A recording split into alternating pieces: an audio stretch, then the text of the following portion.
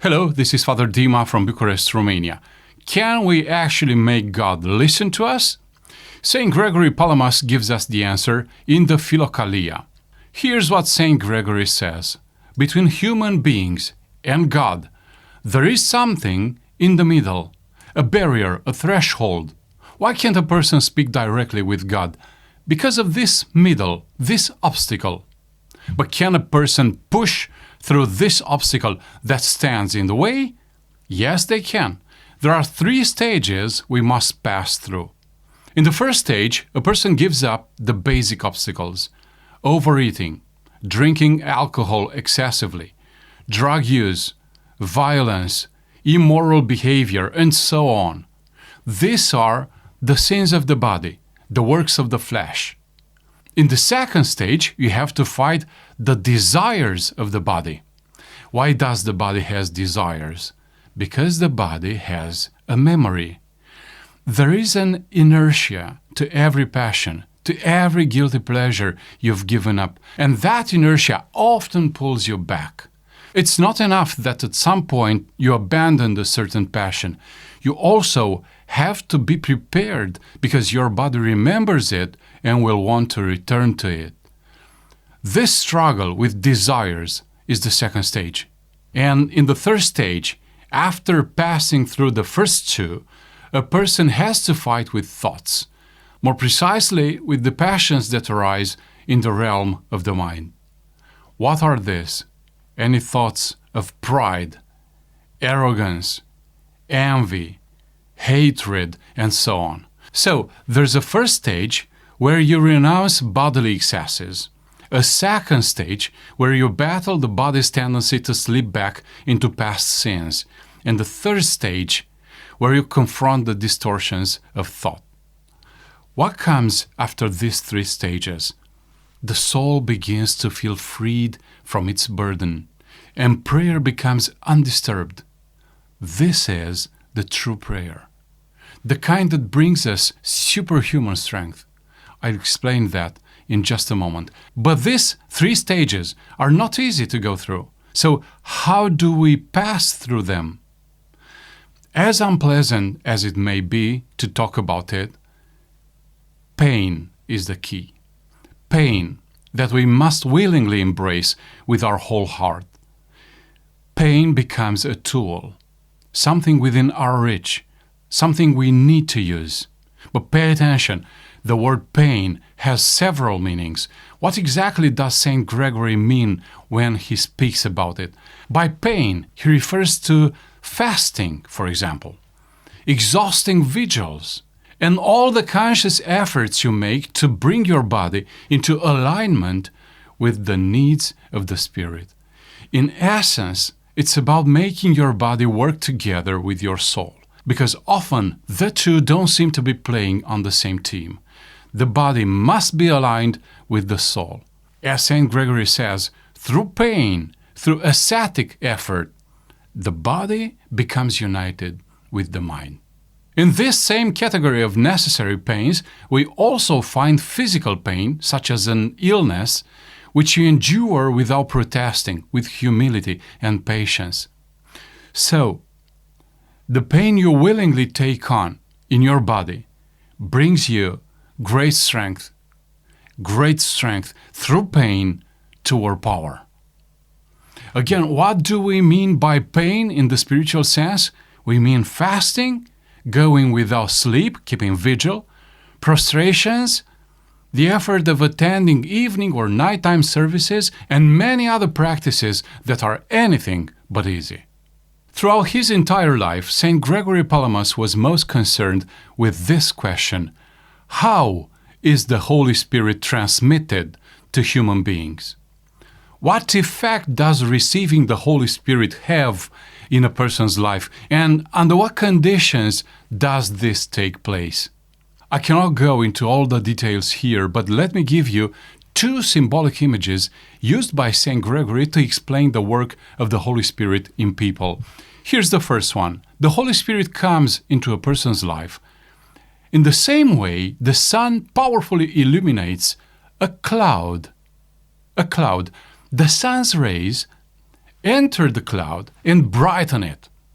And the cloud takes on a golden color and begins to shine. Begins to shine. The grace of the Holy Spirit enters a human being just as sunlight enters a cloud. The cloud changes its appearance, this is the transformation, and becomes a distributor of light, shining outward, and this is the immediate consequence.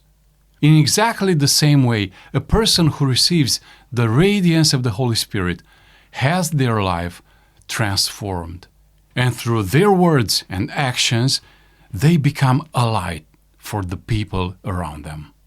The second image I present you from St. Gregory is no longer about the sun and the cloud, but about a clay vessel.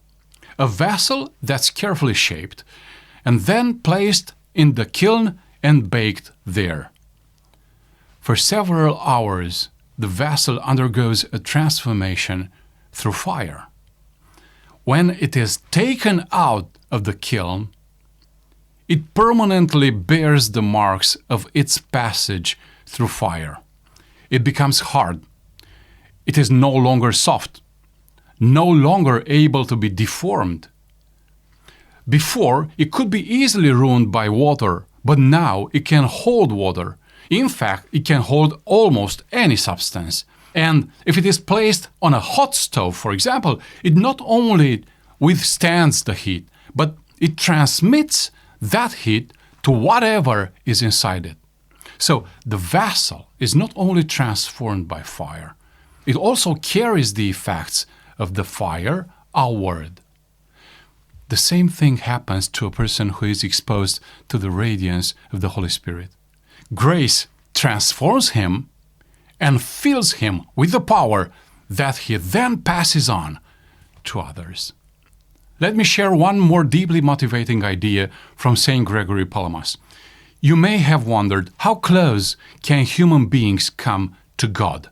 And how do we get there? St. Gregory speaks about this very often and in great depth. He teaches this: the highest destiny of the human person is union with God. Union with God, that is where we can and must arrive. But a person cannot reach this place on their own, by their own strength. They need to be lifted up and transfigured. St. Gregory uses a very helpful comparison. The sun radiates heat and light.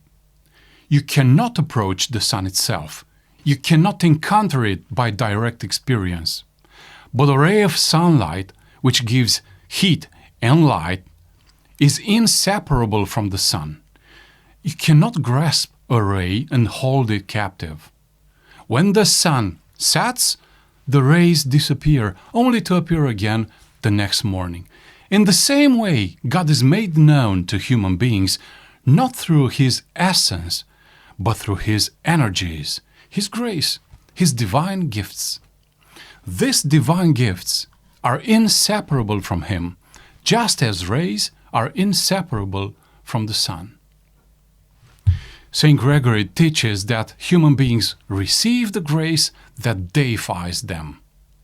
Through grace, people are united with God, because grace is inseparable from God. And the presence of this grace is sometimes signaled by the light beyond nature. The light beyond nature, a supernatural light that certain spiritually powerful people see in moments of deep prayer. These teachings of St. Gregory Palamas means an enormous amount for us. Why? Because within every person there exists an extraordinarily strong, even ontological longing to draw near to their Creator. But within that same person, there also exists a whole set of weaknesses that prevents them from climbing very high on their own. Well, grace makes God accessible. The uncreated grace of God makes God accessible to us. How do we receive grace? Through the Church, of course. First, through the Holy Sacraments, baptism, confession, the Eucharist, and the others. Then, through contact with the holy relics of the saints and through the sacred icons. And of course, through deep and humble prayer. In all these ways, we receive divine grace, and grace transforms us, renews us, and unites us with God. I wanted to share these teachings from St. Gregory Palamas because we struggle with so many weaknesses. We want to be true believers, but so often this proves to be very difficult. When you find yourself in such a situation, take heart. God is not some distant, inaccessible being who watches us with amusement as we try to climb over the fence that separates our world from His. That fence, my brothers, does not exist. Our love for God and His love for us dissolve every boundary between worlds and take us to places we never imagined we could reach. Today's focus: abundant grace. May the good Lord pour out His grace upon us in abundance.